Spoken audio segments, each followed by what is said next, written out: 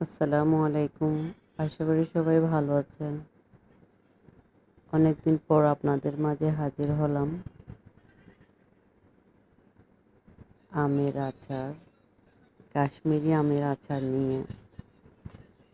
আমি কাঁচা আমের কাশ্মীরি আচারটা বানাইছি। প্রথমে কিছু কাঁচা আম নিছি, এগুলা ধুয়ে পানিতে ভিজিয়ে রাখছি, দেন এভাবে কেটে নিছি। এখন আমি আরেকটা বোলে নিয়ে আমের সম পরিমাণের একটু কম চিনি দিয়ে দিব। চিনি দিয়ে রেস্টে রাখবো ঘন্টাখানেক।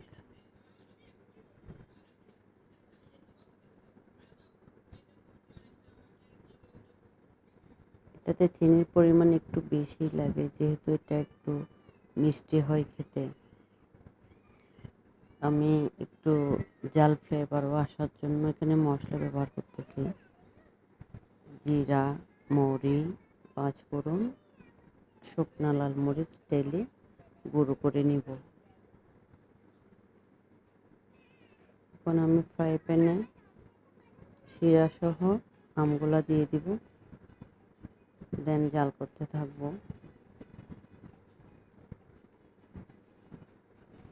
আমি এখানে সামান্য ফুড কালার ব্যবহার করছি, ইয়েলো। আপনারা চাইলে স্কিপ করতে পারেন।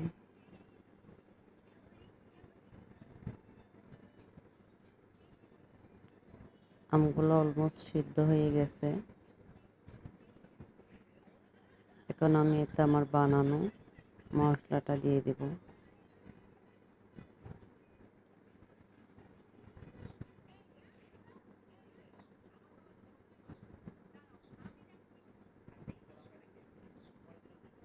দেন খাবার লবণ দিয়ে দিব, রেগুলার যেটা ব্যবহার করি ওইটাই। তারপর দিয়ে দিব বিট লবণ। বিট লবণ দেওয়াতে আচারের টেস্ট একটু বেশি ভালো লাগে। অনেকেই অনেক রকম বলে, আপনারা চাইলে নাও দিতে পারেন। বিট লবণ অনেকে স্বাস্থ্যের জন্য ভালো না, এই টাইপসের বলে আর কি। যাই হোক, এরপর আমি সিরকা দিব, ভিনিগার, এরপর নামিয়ে নিব। আমার রেসিপি ভালো লাগলে লাইক কমেন্ট শেয়ার করতে ভুলবেন না। ভালো থাকবেন, দোয়া রাখবেন। আসসালামু আলাইকুম।